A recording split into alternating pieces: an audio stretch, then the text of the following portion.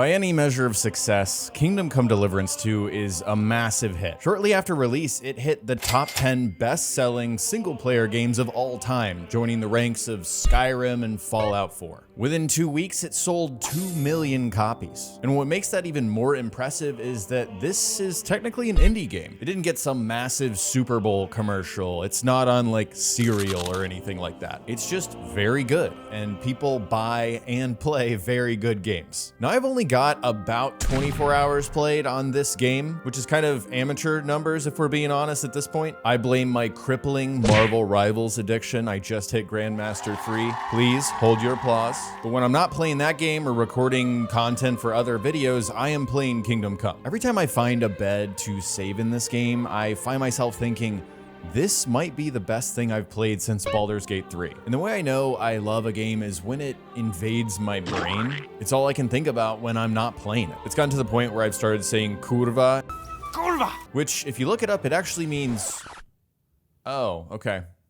All right, I probably shouldn't say that out loud. This game really got me thinking about the state of open world games. We're in this weird spot where that new, exciting AAA game coming out, it always ends up feeling disappointing. Whether they don't live up to expectations, they don't build on what came before, or they change up the formula too much to where you lose your audience. So I asked myself, what is Kingdom Come Deliverance 2 doing so right? And for me, the first thought that came to mind is, KCD 2 is what I want Bethesda games to be. You what? Now, before you yell at me, please don't yell at me. Let me explain. Here is my spectrum of open world game design. On one side, you have struggle and realism. This is where KCD 2 belongs. And then we'll put Red Dead 2 over here, even though it's not really an RPG, but just to keep KCD some company. And on the other side, you have more arcadey and approachable games. This is where I would put Fallout 4, Skyrim, and Starfield. Of course, there are exceptions, concepts like carry weight. That's a form of realism. Every single open world RPG, for the most part, uses this system. But for the sake of this video,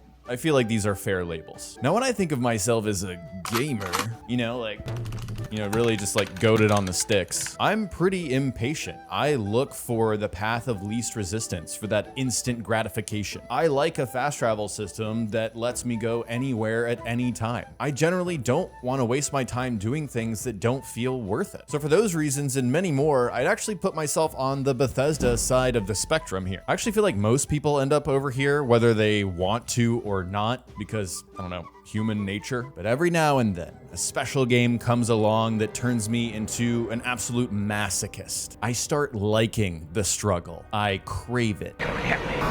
The game sits me down early on and teaches me to suffer is to grow. Overcoming the obstacle is in and of itself gratifying. Yes, I will fistfight you knowing that I'll probably end up eating dirt. Yes, I will stop to fight bandits even though I'm over encumbered, have low health, and will probably die and lose 30 minutes of progress. Which, to be honest, that does suck. That really sucks. But in the end, KCD 2 makes it worth it. That struggle is memorable. It's a teaching moment. It's a bump in the very long and windy road that is the open world RPG.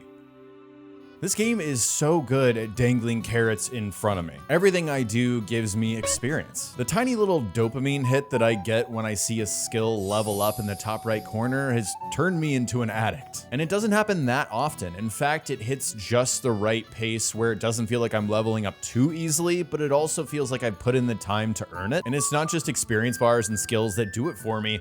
Weirdly, it's the act of taking my time. It feels like I'm rewarded for that. There's something to be said for savoring the activity that you're doing in this game, for watching detailed animations and concentrating at the task at hand and finishing it, rather than racing through to the very next thing. There's something to be said for having lengthy, in-depth conversations with NPCs and asking every single question that I possibly can. My reward is really incredible voice acting and performances from the motion capture and the voice actors. It's unique characters that feel real. It's facial animations that bring true emotion. My reward for not fast traveling isn't just horse riding experience. It's that I get to soak in this gorgeous world, this incredible map, that I get to listen to the soundtrack as my horse's feet pound on the dirt.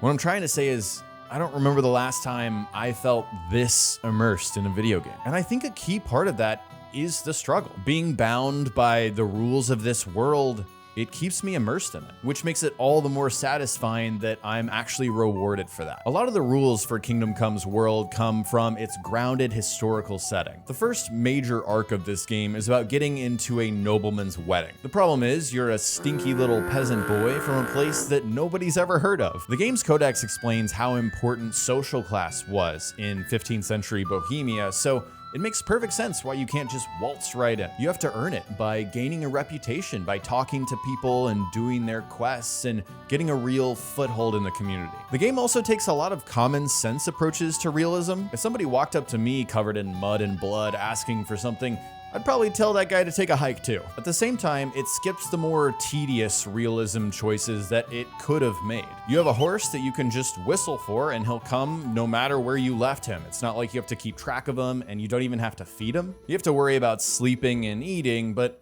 the game is not like, hey, you gotta poop, time to go to the outhouse. Food has a freshness meter, and spoiled food can actually make you sick. But if you take it to a smokehouse, it'll last forever, and you can do that instantly. It's a strange sort of balancing act that Warhorse manages to nail. I'm sure feedback on the first game helped them decide like what to scrap and what to bring forward in terms of realism, but nonetheless, it's super impressive to me because I think it really works. Like I mentioned, I don't usually like a punishing game. I like the safety of my warm Bethesda blanket. I love my instant gratification. So back to my original point, why is KCD2 what I want Bethesda games to be? Say what you will about the last decade of Bethesda games, it's all fair and real, but Skyrim was a special game. It showed your little cousin Jimmy that there was more to video games than dropping enemy AC-130s inbound with his friends. You could get completely lost in these worlds, just so immersed in a fantasy setting that's so fun that it's hard to stop playing. Now, I know hating IGN is like a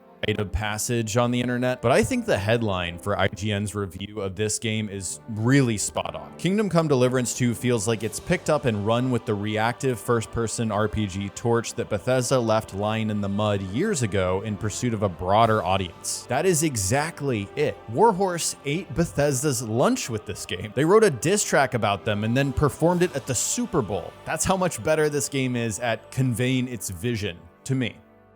The area around Trotsky Castle feels so real, and that's because it is. I didn't realize that before making this video, but somebody on Reddit did a comparison a couple days ago, and yeah, it is crazy how one-to-one the comparison is. While this is very cool, what matters to me more is how the map is used, and I absolutely love the way that Kingdom Come 2 uses space. You end up traveling back and forth between villages so much that the routes between them become familiar. The characters you meet and the places that you visit, they don't become irrelevant after you've finished up a quest line or anything like that. For example, the herb woman Bojena, she appears multiple times throughout this game to where I was like, oh yeah, I know you. She knows how to heal people, and the community around her knows that and goes to her, and so she continues to be relevant. This game treats its NPCs like they're people who exist in a community and depend on each other. It's actually curious about their backgrounds and opinions and how they would interact together. And I don't know, I think so many NPCs in RPGs like this feel siloed and sort of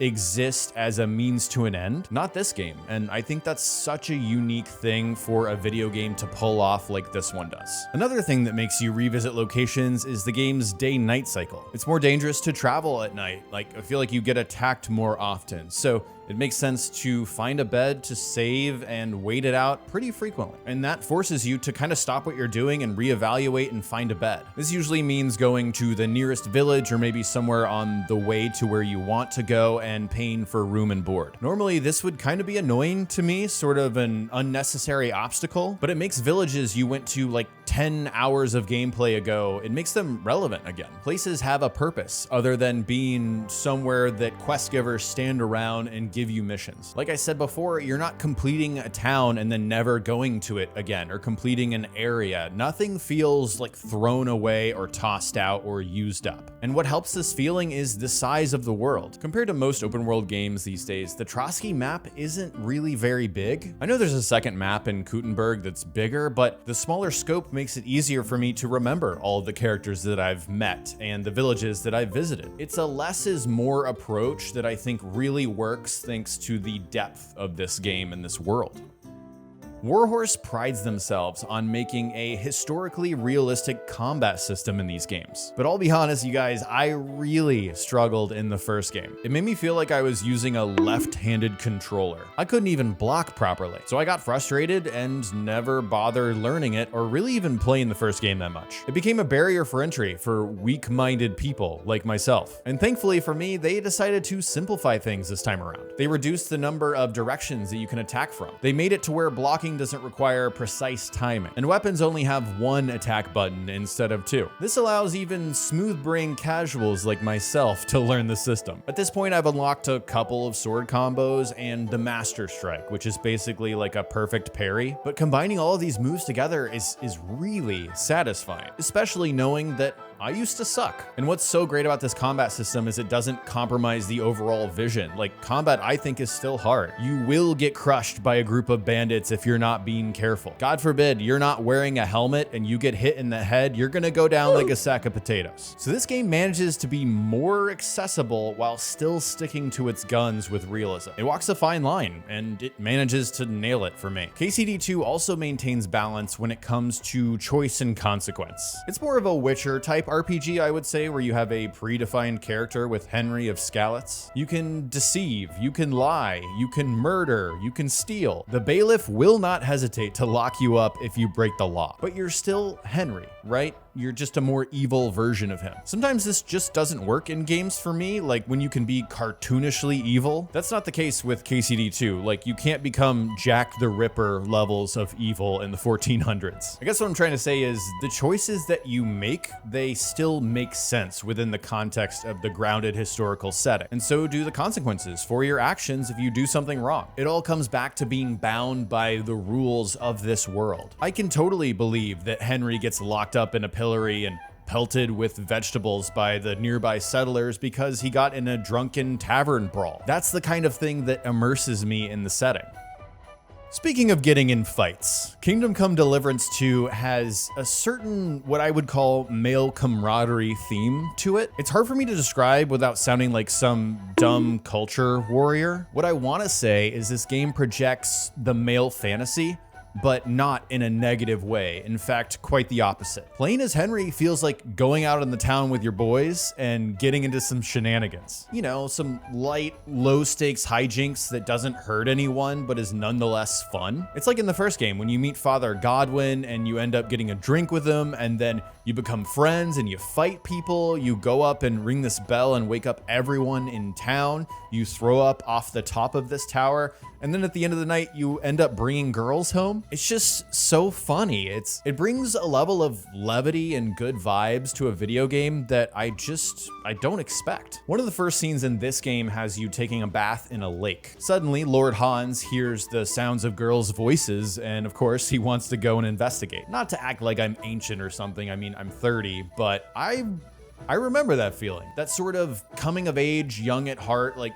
what do we have to lose emotion? Kingdom Come taps into that so well, and it very much could have backfired. Like, I could see so many think pieces about how juvenile this game is, but you don't, because it's so genuine and it speaks to something that's real. It's probably a mix of great writing and great performances. It all comes together so fantastically. It feels like a genuine representation of what it's like to be young and reckless and a little bit stupid. When I think of similar examples of this in games, the only example I can come up with is Red Dead 2. You know, that famous mission where you take Lenny out for a drink and you get so blasted that you forget where he is. You see him on various other human bodies. You end up in a drunken fight and then in the dirt in the mud. And you wake up the next morning being like, what the hell happened? Both of these games just show the feeling of guys being guys, you know, like bros being bros. Henry of Skalitz embodies this feeling so well, and I think it's one of the very underrated parts of this franchise in general. So obviously I haven't played that much. I haven't even gotten to the wedding yet, but I can already tell that Kingdom Come Deliverance 2 will be a Game of the Year contender for me. It's simply that good. It does so many things that I look for in a game while also sticking to its vision and convincing me like, no, this is right. This, you know, is the way it should be. It's an incredible game.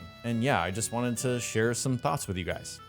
Obviously, this is a very different video than what you're used to seeing from me. So I want to address the elephant in the room. I need to like make different videos, man. I've just been like grinding, doing the same stuff over and over. And it's been sort of like soul crushing for me. And I'm the only person responsible for it. It's a weird thing I've been stuck in. So this is my attempt to kind of break out of that and do something different. I've said this multiple times, but yeah, let me know what you guys think. If you enjoy this thing, let me know. I'm still getting used to being on camera, so I hope that'll be a little more natural over time. But yeah, always looking to be better and make better videos, and I hope you guys are here for it. So hope you enjoyed this video. Let me know what you thought in the comments below. And yeah, I will talk to you guys next time.